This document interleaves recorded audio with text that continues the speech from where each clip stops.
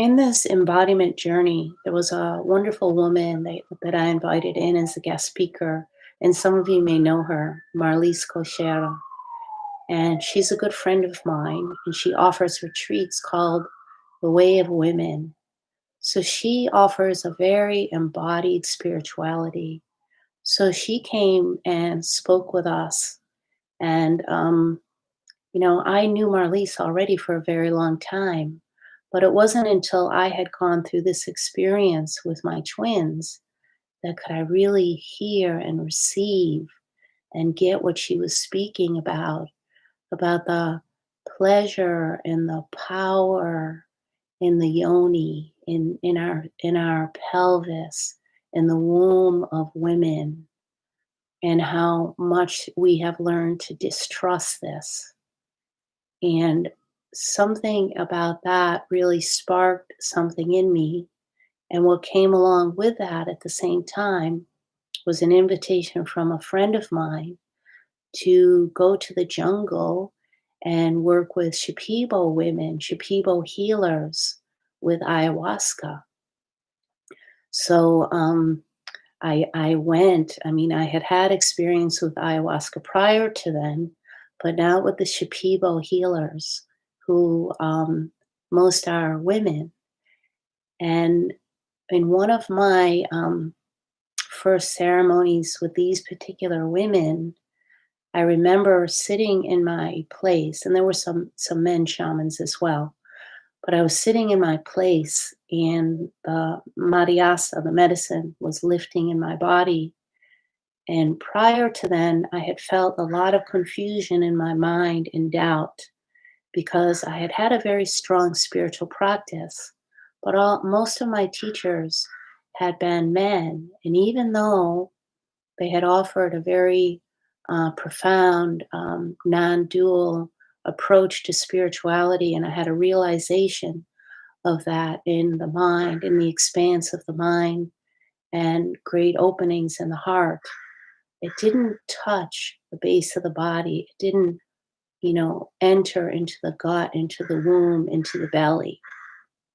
And so when I was sitting there in the beginning, I remember feeling these conflicting voices in my mind, asking, what are you doing here when you have these teachers and you have this realization?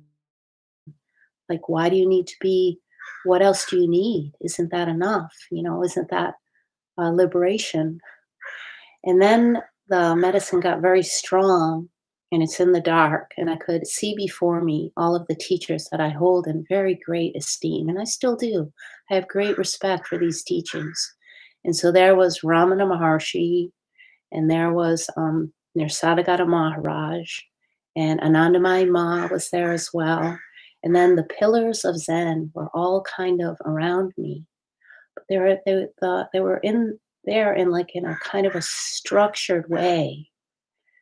And what happened is that there was this descending in my body, and I suddenly felt myself as a tree, and the womb of my body opened in a way that I don't believe it ever had before, and went right down through the base of my body, and roots extended out through the base, really deep, deep, deep in the earth. And I felt myself there as in this womb of the mother. Just, it was dark and empty, and it was as if the space of all creation, like the womb is the space of all creation. Everything blooms, arises from here. The feminine, the masculine, some people would call this the void, but it was like dark and empty. And it was a long period, I don't know how much time, but just anchoring and rooting in these roots. And I use this image as my logo, because ayahuasca gave it to me. And she showed me this myself as headless, that the concepts in the mind are not the teaching at all, they're the pointers. So I could see that all of these representations around me, these different teachers that have that influenced me in many ways, were there as pointers, and there was no conflict whatsoever between these pointers, but we're also pointing to something much deeper in the body. To really fully embody these teachings is to enter the womb. And this is where the greatest healing takes place for our historical womb, the womb of women, the place in which we are all birthed, and where we find and discover memories and experiences that have been passed forward to us through the witch hunts, through the suppression of women, through the rape of women, through the medical industry being taken over, the birthing process being taken over, the midwives being taken over, children being taken from their mothers. All of that, the healing happens here in the womb. This is where the wisdom, this is where the nourishment, this is where the holding happens. And it's an incredible kind of download that comes to me quite often now. And these roots that anchor us and connect us to the womb of the earth. And another part of that is this Mother Earth that is calling us back to her, is another part of the disconnect. Because the way of the womb, the healing of the womb, the way of woman, is how we reconnect to nature, to all beings. And there has been, as we know, this great disconnect where the earth has been treated as something that isn't alive, that something that we're to be in reciprocity with, something that we honor, just like our bodies, we honor and we give our offerings to, not something that we consume. So she's calling us it back also at the same time. It's not different, into right relationship with her, with the earth. After I went home from being in the jungle for quite some time, is it just like blew me away, is I was looking at my body and feeling the energy and the power and the pleasure in my body that I don't remember when the last time was that I felt that. Is that ayahuasca did this tremendous healing that reconnected me to my womb, healed the womb.